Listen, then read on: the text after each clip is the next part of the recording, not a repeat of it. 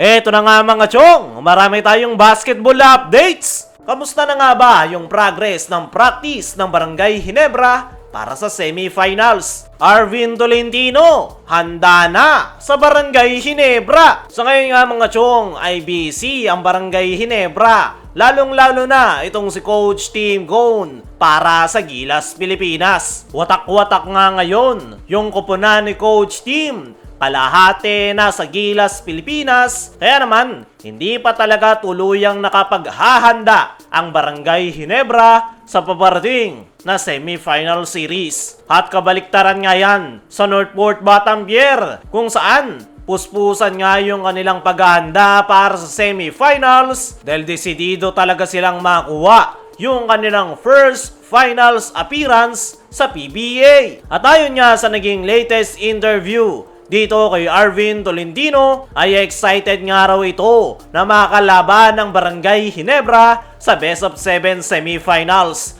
Napakahabang series nga daw niyan, kaya naman kailangan daw talaga nilang maghanda. Malaking advantage nga raw para sa Northport Batampier na hindi pa nakapagsisimulang mag-practice ang Barangay Ginebra dahil hati nga raw ang nasabing kupunan at nakafocus si Coach Tim sa Gilas, Pilipinas. Pero kahit na ganun ay hindi nga nagkakampante itong si Arvin Tolentino. Kilala niya nga raw ang Barangay Ginebra kung saan mahuhusay raw yung coaching staff, ganun rin yung kanilang mga players. Nabanggit pa nga nitong si Arvin Tolentino nang nakikita niya nga raw strength ng Barangay Ginebra ay yung playoffs experience. Dati nga raw siyang naglaro sa Barangay Ginebra at alam niya nga raw na lamang talaga ang Ginebra pagdating sa experience dahil meron ding mahuhusay na veterano at meron pang Justin Brownlee. Isa nga rin daw napakahusay na head coach ni Coach Tim Cone. Kaya naman, alam nitong si Arvin Tolentino kung gaano kahirap yung kanilang magiging semifinal matchup kontra Barangay Ginebra. Pero ang nakikita namang advantage nitong si Arvin Tolentino sa kanyang koponan ay mas gutom raw sila sa Barangay Ginebra. Meron nga daw silang gustong patunayan, lalong-lalo na sa haters ng kanilang koponan, na hindi sila farm team at kaya nilang talunin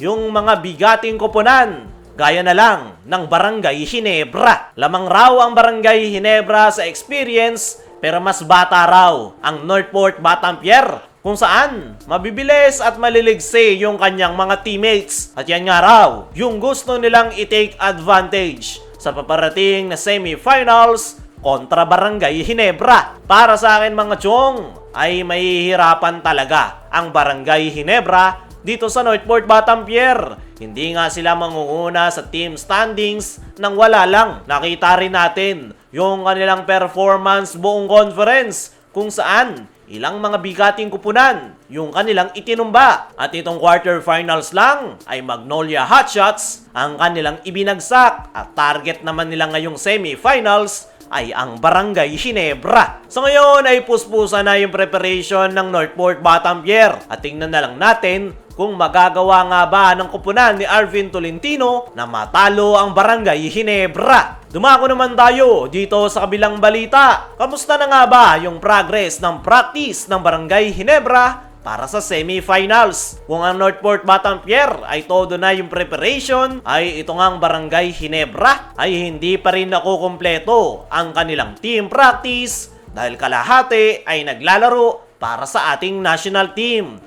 Pero ayon nga sa ating mga trusted source, ay okay yung ipinapakita ng Ginebra sa kanilang team practice. Si Coach Olsen Racela nga yung tumututok para sa Barangay Ginebra. At the same time, ay mayat maya nga rin daw tumatawag si Coach Tim para kamustahin yung kanyang kupunan at tignan kung may progress yung kanilang preparation. Sa ngayon, ay kahit papaano, ay may progress na nangyayari sa Barangay Ginebra practice. Pero iba pa rin talaga kapag kumpleto yung kanilang lineup dahil mas makapaghahanda nga yung kanilang koponan. Para sa akin mga chong, ay malaki yung chance na magkaproblema ang Barangay Ginebra sa semis, especially sa Game 1 kontra Northport. Dahil kulang na kulang talaga yung kanilang preparation dahil pagtapos ng Gilas ay 3 to 2 days lang yung magiging practice ng Hinebra ng sama-sama. Kaya paniguradong magkakaproblema sila sa darating na Game 1. Pero naniniwala ako mga chong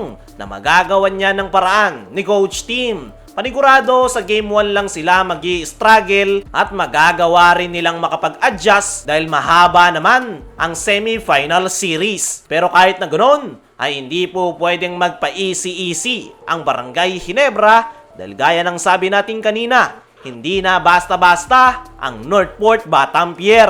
Didepende na lang yan sa magiging adjustment ni Coach Team para sa Barangay Hinebra. Pero isa lang ang sigurado na sa darating na Game 1 ay handa ang Northport Batampier. At yan ang kinakailangang i-anticipate ng Barangay Hinebra, lalong-lalo na ni Coach Team Gone. Kayo mga chong, ano ang masasabi nyo sa progress ng Barangay Hinebra sa kanilang preparation sa semis? Ano rin yung masasabi nyo na handa na si Tolentino na makaharap ang Hinebra? I-comment mo lang dyan sa ibaba.